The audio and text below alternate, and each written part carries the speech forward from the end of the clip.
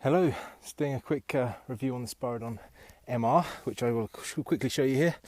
There they are. I'm not sure if you can tell, but I'm on quite a steep slope here. These things never really show up. So if I put my camera facing straight ahead, you can see into the trees. If I point down the slope, that's the kind of angle that we're on, which is probably about 30 degrees, I guess. And it's just really to look at the traction in these shoes. I mean, obviously it's dry at the minute, but they've got amazing traction, really great. Obviously, that's what they're designed for. Also designed specifically for the mud, so you can see the whole, tractor tire kind of sole there. I've used these in the mud just previously. See the way that the grips go alternating, so that they give you traction both downhill and uphill. I don't know if you can spot that there.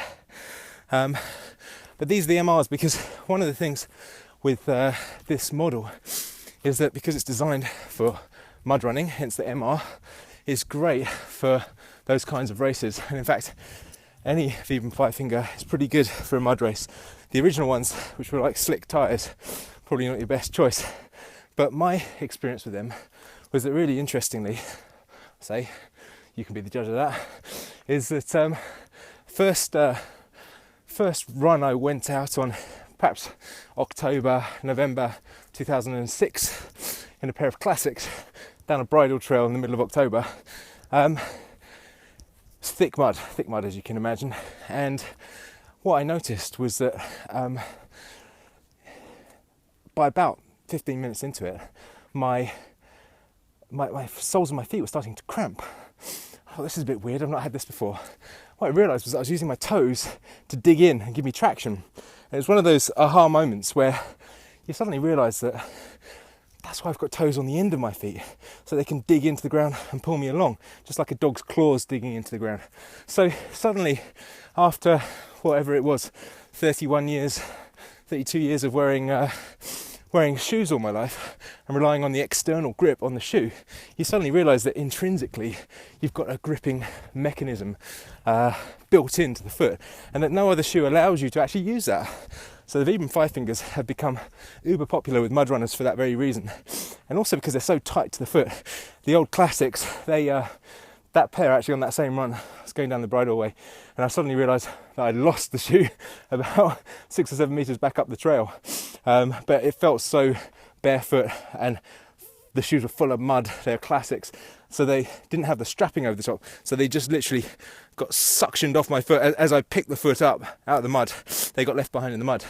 Now with these Spyridon MRs, they've got the lacing system there, the quick release lacing system, so you can pull them tight, you can tighten that down and then Velcro it. And these things just don't come off.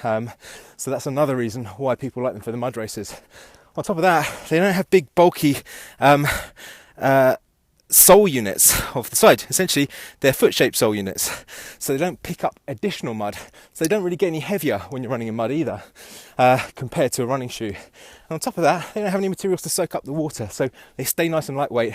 They shed the mud well. They don't come off. They give you extra grip because you can actually use your toes the way they're designed to be used.